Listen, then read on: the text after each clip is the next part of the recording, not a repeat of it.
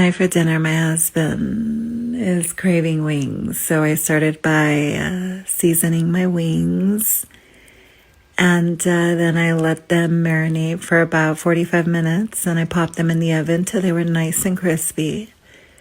Then I made my sauce by melting some butter, and I added garlic, and I let that cook.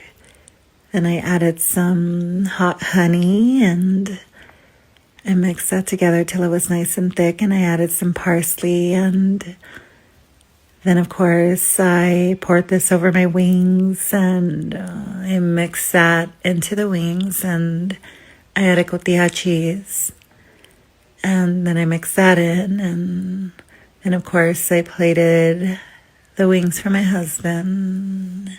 He loved these wings so much. He did complain they were a little salty, but I told him that it was probably just his salty attitude.